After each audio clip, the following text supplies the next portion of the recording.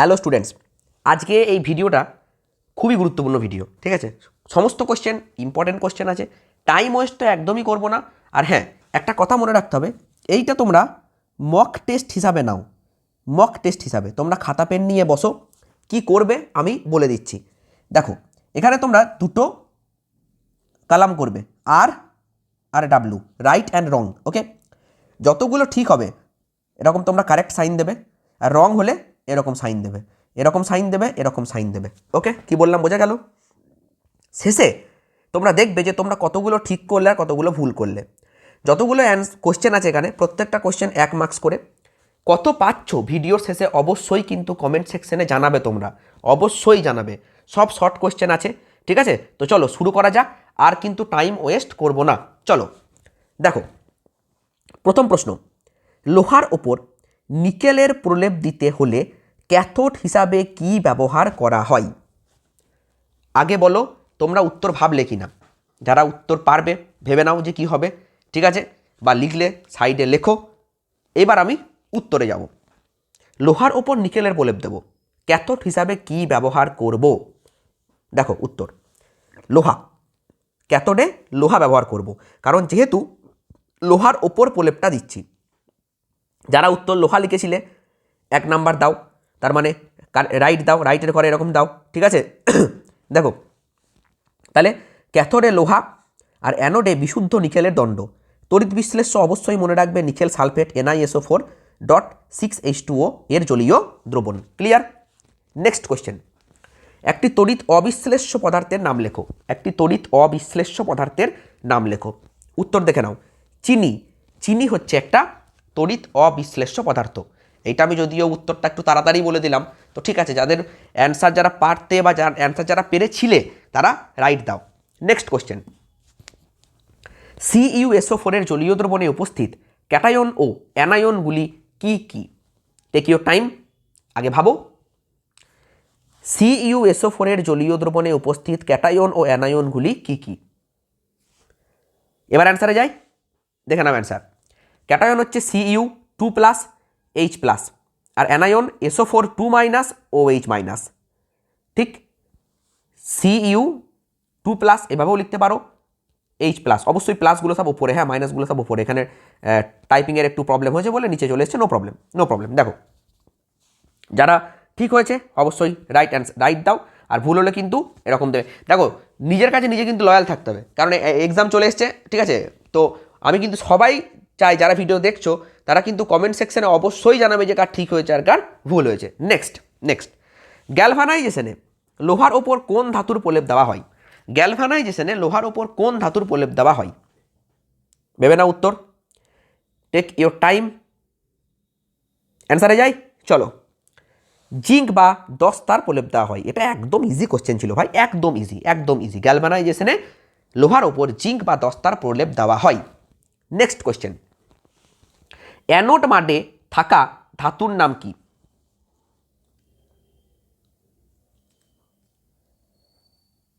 অ্যান্সারে যাচ্ছি, অ্যানোড মাড, অ্যান্সারে যাই।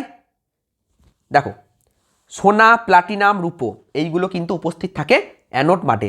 সোনা, প্লাটিনাম, রূপো। ওকে ওকে নেক্সট, তড়িৎ বিশ্লেষণের সময় বিজারণ বিক্রিয়া ঘটে কোন তড়িৎ দ্বারে? মানে ক্যাথোডে না অ্যানোডে? তো চলো, আশা করি তোমরা উত্তর দিয়ে দিয়েছো, ঠিক আছে? বি অনেস্ট, এটা কিন্তু প্রথমেই বলেছি, ঠিক আছে? কারণ এক্সামে তোমাদের যেমন তোমরা এক্সাম দাও, ঠিক আছে? তো সেরকমভাবে কিন্তু আমি বলছি যে অ্যান্সারগুলো করো, হ্যাঁ? তো দেখে নাও অ্যান্সার, ক্যাথোডে হয় বিজারণ বিক্রিয়া, ঠিক আছে? নেক্সট, কোন জাতীয় ধাতুর পরিশোধনে তড়িৎ বিশ্লেষণ পদ্ধতি ব্যবহার করা হয়? কোন জাতীয় ধাতুর পরিশোধনে তড়িৎ বিশ্লেষণ পদ্ধতি ব্যবহার করা হয়? উত্তরে যাচ্ছি। উত্তর দেখো, তীব্র তড়িৎ ধনাত্মক ধর্মী বা ইলেকট্রোপজিটিভ ধাতু, যেমন সোডিয়াম, পটাশিয়াম, অ্যালুমিনিয়াম ইত্যাদি, এইগুলো তীব্র তড়িৎ ধনাত্মক ধর্মী ধাতুর জন্য তড়িৎ বিশ্লেষ্য পদার্থ ব্যবহার করা হয়, তাই না? আর যদি বলে যে সক্রিয়তা শ্রেণীর একদম প্রথমে কে আছে, পটাশিয়াম, তারপরে কি আছে, তারপরে আছে সোডিয়াম, তাই না? নেক্সট, উত্তল দর্পণের ফোকাস দূরত্ব ও বক্রতা ব্যাসার্ধের মধ্যে সম্পর্কটি লেখো। খুবই ইম্পর্টেন্ট, এর প্রমাণ, এর যে প্রুফ, এর প্রুফটাও কিন্তু খুব ইম্পর্টেন্ট, ভালো করে দেখে যাবে। উত্তরে যাই, এই দেখো F equal to R by two, তাই না? এই যে ফোকাস দূরত্ব হচ্ছে বক্রতা ব্যাসার্ধের অর্ধেক, F equal to R by two. Next, একটি আলোক রশ্মি সমতল দর্পণের সঙ্গে 90 ডিগ্রি কোণে আপতিত হলে প্রতিফলন কোণ কত হবে? ভেবে অ্যান্সার দেবে কিন্তু, এটা কিন্তু কনসেপচুয়াল।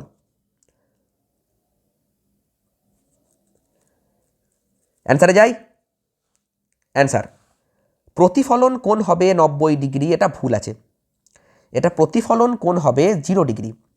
কারণ প্রশ্নটা দেখো, একটি আলোক রশ্মি সমতল দর্পণের সঙ্গে 90 ডিগ্রি কোণে আপতিত হলো, বেশ, তাহলে এইটা সমতল দর্পণ, এইটা সমতল দর্পণ, এইটা হচ্ছে গিয়ে সমতল দর্পণ, এইটা অভিলম্ব, এই দিকেই তাহলে আলোক রশ্মিটা কিন্তু আপতিত হয়েছে, তবেই না 90 ডিগ্রি কোণ হচ্ছে দর্পণের সঙ্গে, অভিলম্বের সঙ্গে 90 ডিগ্রি বলেনি তো, দর্পণের সঙ্গে। তাহলে যদি লম্বভাবে আপতিত হয় তাহলে আবার এই দিকেই ফিরে আসবে, তাই না? তাহলে আপতন কোণও 0 ডিগ্রি, প্রতিফলন কোণও কিন্তু 0 ডিগ্রি, তাহলে এটা কত হবে? 0 ডিগ্রি। ওকে, মিলিয়ে নাও। নেক্সট, বস্তু অপেক্ষা বৃহত্তর অসৎ বিম্ব তৈরি করতে কোন ধরনের দর্পণ প্রয়োজন? কোশ্চেন পড়ো, ভালো করে কোশ্চেন পড়ো, ঠিক আছে? ভালো করে কোশ্চেন এখানে পড়ে নাও, তারপরে অ্যান্সারে যাচ্ছি। অসৎ বিম্ব মানে এইগুলো সত্যি সত্যি মিলবে না, এই অবতল দর্পণ প্রয়োজন, অবতল দর্পণ প্রয়োজন। কখন অবতল দর্পণ অসৎ বিম্ব গঠন করবে আমি একটু হালকা করে বলে দিই।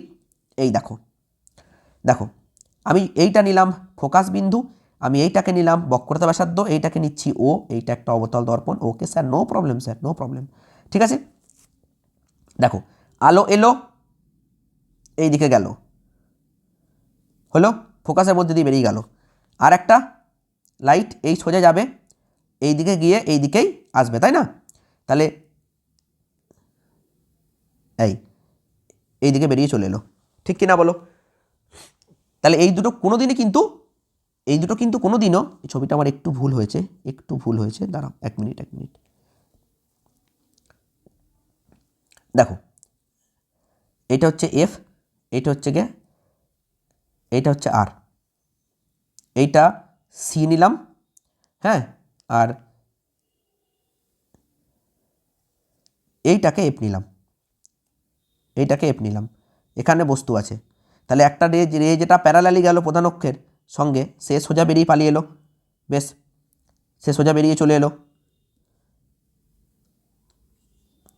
তাহলে এইটা বেরিয়ে চলে এলো, বেশ। রে ডায়াগ্রাম ওই অ্যারো কিন্তু অবশ্যই দিতে হবে, এই অ্যারোগুলো অবশ্যই দিতে হবে। আরেকটা রে যেটা একদম অবিলম্বভাবে গিয়ে পড়লো, সে কিন্তু এই দিকে বেরিয়ে চলে আসবে, বেরিয়ে চলে এলো। তাহলে এরা কোনো দিনই পরস্পর মিলিত হবে না, তাহলে পরস্পর মিলিত না হলে এদেরকে পিছনের দিকে এরকম করে বাড়িয়ে দিতে হবে। তাহলে এই যে এইটা হয়ে গেল কিন্তু প্রতিবিম্ব। তাহলে কীরকম প্রতিবিম্ব হলো? অসৎ এবং বিবর্ধিত। তাহলে অবতল দর্পণে কোথায় বস্তু রাখলে তুমি? ফোকাস এবং মেরুর মাঝখানে। কোথায় বস্তু রাখলে? ফোকাস এবং মেরুর মাঝখানে। তারপরে চলো, দীর্ঘদৃষ্টি ত্রুটি দূর করতে কোন লেন্স ব্যবহার করা হয়? দীর্ঘদৃষ্টি ত্রুটি দূর করতে কোন লেন্স ব্যবহার করা হয়? আশা করি হয়ে গেছে। চলো, উত্তল লেন্স ব্যবহার করা হয়। দীর্ঘদৃষ্টি ত্রুটি দূর করতে কিন্তু উত্তল লেন্স ব্যবহার করা হয়। ওকে, নেক্সট, সাদা আলোর বর্ণালীতে ড্যাশ বর্ণের কৌণিক বিচ্যুতি সব থেকে বেশি। আগে কোশ্চেন দেখে নাও, আগে ভালো করে কোশ্চেন পড়ো। কোন বর্ণের বিচ্যুতি সব থেকে বেশি? একটা হিন্টস দিয়ে দিচ্ছি, যার মিউ বেশি তার বিচ্যুতি বেশি হবে।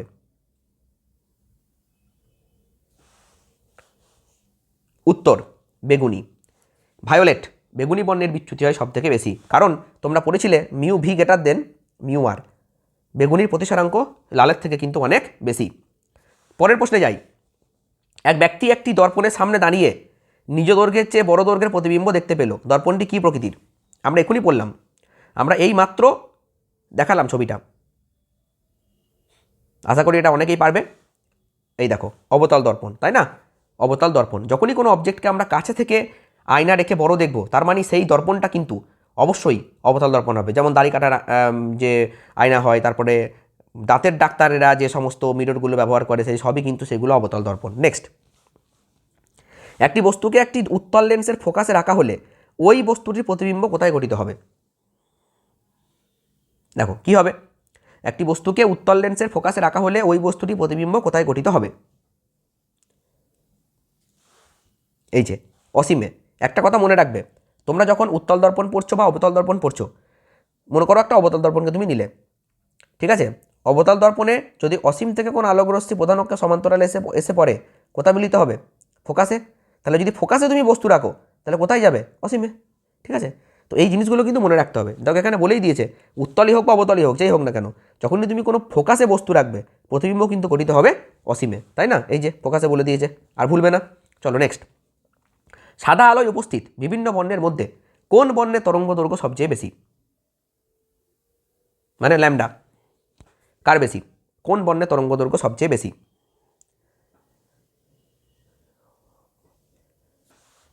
উত্তর দেখে নাও, লাল বর্ণ। মনে রাখবে, ল্যামডা আর গ্রেটার দেন ল্যামডা ভি। লাল বর্ণের তরঙ্গ দৈর্ঘ্য কিন্তু বেগুনি বর্ণের থেকে অনেক বেশি। নেক্সট, নীল রঙের কাঁচের মধ্যে দিয়ে একটি লাল গোলাপ ফুলকে কেমন দেখাবে? ভাইটাল কোশ্চেন, ভাইটাল কোশ্চেন ভাই। একটু কালিটা চেঞ্জ করে নিই, অনেকক্ষণ একই কালিতে লিখছি।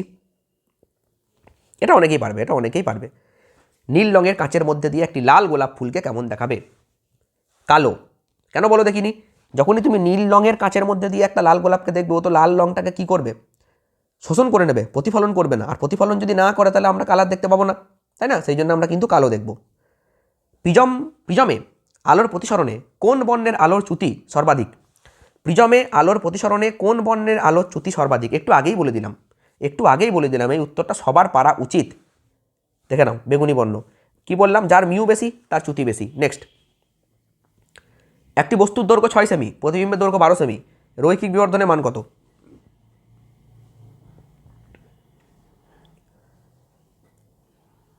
উত্তর, রৈখিক বিবর্ধন সমান প্রতিবিম্বের দৈর্ঘ্য বাই বস্তুর দৈর্ঘ্য, 12/6 মানে 2।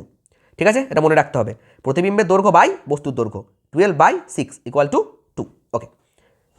নেক্সট, গাড়ির হেডলাইটে কোন ধরনের দর্পণ ব্যবহার করা হয়? ভাবো, হেডলাইটে আমরা যে দর্পণটা ব্যবহার করি, ভালো করে ভাববে কিন্তু, ঠিক আছে? তার শেপের কথাটা চিন্তা করো, যে দর্পণটা আছে, তাহলেই বুঝতে পারবে।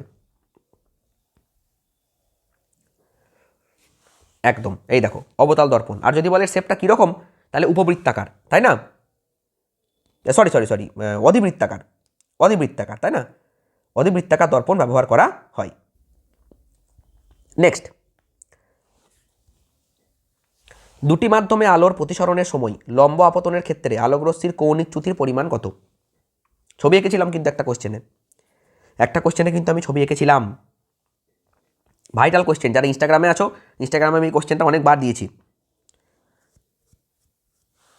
দেখে নাও। কৌণিক চ্যুতির পরিমাণ 0 ডিগ্রি। কেন বলো তো? মনে করো এইটা একটা সমতল দর্পণ, এখানে আলোকরশ্মি এলো, আসার পরে আবার এইদিকে ফিরে গেল, তাহলে কত ডিগ্রি ব্যাক করছে? 180 ডিগ্রি ব্যাক করছে না? তাহলে কৌণিক চ্যুতি কত? ও আচ্ছা, এই জায়গাটা একটা প্রবলেম আছে, এটা প্রতিসরণ দিয়েছে, এটা প্রতিফলন দেয়নি। সরি, এটা প্রতিফলন আঁকছিলাম আমি, প্রতিফলন নয় বাবা, প্রতিসরণ। দেখো, যদি প্রতিফলন বলে তাহলে হবে 180 ডিগ্রি, যেটা বুঝলে। আর কিন্তু এখানে দিয়েছে কি প্রতিসরণ, তার মানে এইটা এয়ার আর এইটা ওয়াটার। ওকে, দেখো সোজা একটা রে এসে পড়লো, ভাইও সোজা বেরিয়ে চলে যাবে, কোনো দিকে বেঁকবে না, তাহলে সোজা বেরিয়ে যদি চলে যায় তাহলে 0 ডিগ্রি না, সেই জন্য 0 ডিগ্রি। ওকে। নেক্সট, আলোর বিক্ষেপণের তীব্রতা ও আলোর তরঙ্গ দৈর্ঘ্যের মধ্যে সম্পর্ক লেখো। একটা সায়েন্টিস্টের নামে কিন্তু এই সম্পর্কটা আছে, তাই না? বলো তো, চলো দেখি কে পারে। বিক্ষেপণের তীব্রতা ও আলোর তরঙ্গ দৈর্ঘ্যের মধ্যে সম্পর্ক দেখে নাও। 1/I ভ্যারিজাজ 1/λ⁴ চিনতে পারছো? এটা র্যালের বিক্ষেপণ সূত্র। I ভ্যারিজাজ 1/λ⁴। এটাকে অ্যাভয়েড করো, এটা টাইপিংয়ে ভুল হয়েছে। দেখো, I ভ্যারিজাজ 1/λ⁴, তীব্রতা হচ্ছে তরঙ্গ দৈর্ঘ্যের চতুর্থ ঘাতের ব্যস্তানুপাতিক। নেক্সট, গলীয় দর্পণ জলে ডোবালে দর্পণের ফোকাস দূরত্বের কি পরিবর্তন দেখা যায়?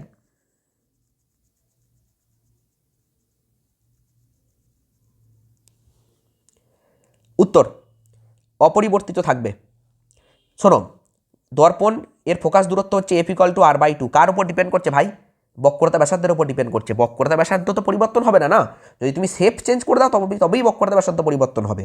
তাই তুমি জলে ডোবাও তেলে ডোবাও বক্রতা ব্যাসার্ধের কোনো পরিবর্তন হবে না। তাহলে মাথায় রাখবে, কোনো দর্পণকে জলে ডোবালে তেলে ডোবালে ফোকাস দৈর্ঘ্যের পরিবর্তন হবে না। কি বললাম? কোনো দর্পণকে অন্য কোনো মাধ্যমে নিয়ে গেলেও ফোকাস দৈর্ঘ্যের কোনো পরিবর্তন হবে না।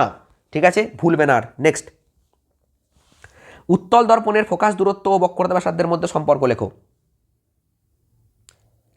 ইজি ভাই, ইজি, এটা যারা পারার পেরে গেছে। F=r/2 একদম। নেক্সট, লাল আলোয় সবুজ পাতাকে কেমন দেখাবে? লাল আলোয় সবুজ পাতাকে ড্যাশ বর্ণের দেখায়। এখানে ড্যাশটা হয়নি, ড্যাশ বর্ণের দেখায়। বলো কি হবে? বলো। 1 2 3 4 5 5 সেকেন্ড হলো না? হয়নি না? তাড়াতাড়ি গুনলেন স্যার। ওকে, চলো নেক্সট। এই দেখো, কালো একটু আগেই তো হলো ভাই। লাল আলোয় সবুজ পাতাকে কালো দেখাবে। যদি এখানে অন্য রং থাকে আর এখানে যদি অন্য রং থাকে তাহলেই কালো, বুঝলে? ইজি। এই দুটো কালার যদি অন্য হয় তাহলেই কালো, আর যদি একই হয়ে যায় তাহলে ওই রংটাই হবে। লেন্স সর্বদাই অসৎ। এক মিনিট, এই কোশ্চেনটা একটু প্রবলেম আছে মনে হচ্ছে। কত নম্বর কোশ্চেন ছিল আমাদের এটা? 24।